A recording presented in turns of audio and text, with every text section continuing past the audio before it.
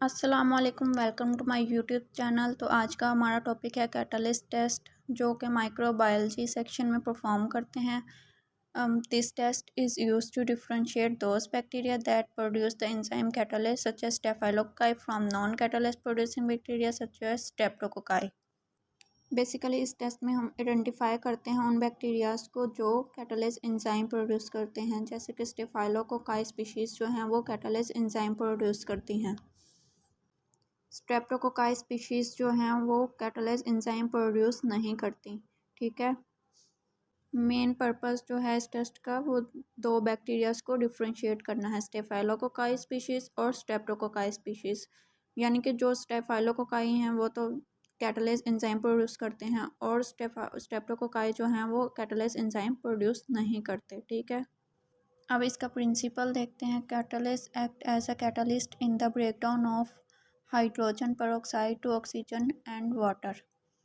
Catalyst जो है वो एज अ कैटलिस्ट एक्ट करता है और ब्रेक डाउन कर देता है हाइड्रोजन पेरोक्साइड की, जिससे दो प्रोडक्ट्स बनते हैं, ऑक्सीजन और वाटर।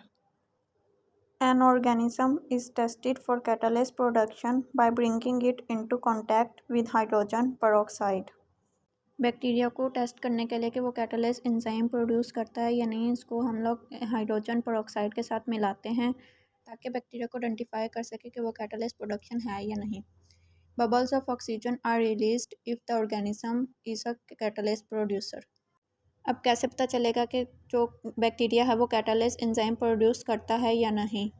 हाइड्रोजन पेरोक्साइड में जब बैक्टीरिया को ऐड करते हैं तो जो ऑक्सीजन होती है वो बबल्स रिलीज़ करती है हाइड्रोजन पेरोक्साइड में।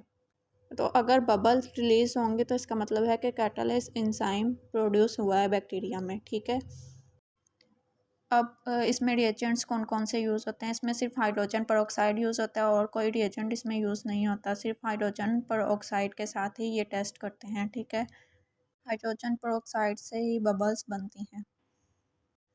अब इसका मेथड देखते हैं कि इस टेस्ट को कैसे प्रोसीड करते हैं। ठीक है, pour 2 to 3 ml of the hydrogen peroxide solution in a test tube। इसमें क्या करना है, एक टेस्ट ट्यूब लेनी है और उसमें 2 to 3 ml 2 से 3 ml हाइड्रोजन पेरोक्साइड ऐड करना है। ठीक है, सिर्फ टेस्ट ट्यूब में हाइड्रोजन पेरोक्साइड सोल्यूशन ही ऐड करना है। Using a sterile wooden stick remove several colonies of the test organism and immerse in the hydrogen peroxide solution.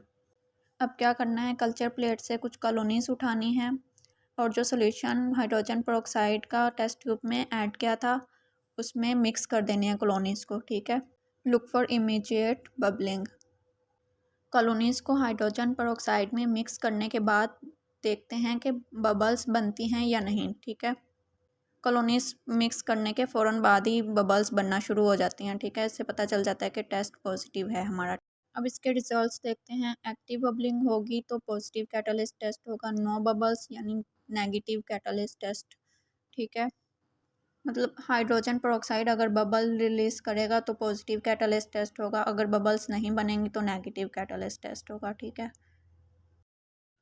अब कंट्रोल देखते हैं कि पॉजिटिव कैटलिस्ट कंट्रोल होगा तो कौन सा बैक्टीरिया आइडेंटिफाई होगा, और अगर नेगेटिव कैटलिस्ट टेस्ट होगा तो कौन सा बैक्टीरिया आइडेंटिफाई होगा। ठीक है, जब पॉजिटिव कैटलिस्ट कंट्रोल होगा तो स्टेफाइलोकोकस स्पीशीज़ होंगे, अगर नेगेटिव कैटलिस्ट कंट्रोल होगा तो स्ट्रेप्टोकोकस स्पीशीज़ होंगे, क्योंकि स्ट्रेप्टोकोकस स्पीशीज़ जो हैं वो कैटलिस्ट एंजाइम प्रोड्यूस नहीं करते। ठीक है, सिर्फ स्टेफाइलोकोकस स्पीशीज़ ही कैटलिस्ट एंजाइम प्रोड्यूस करते हैं।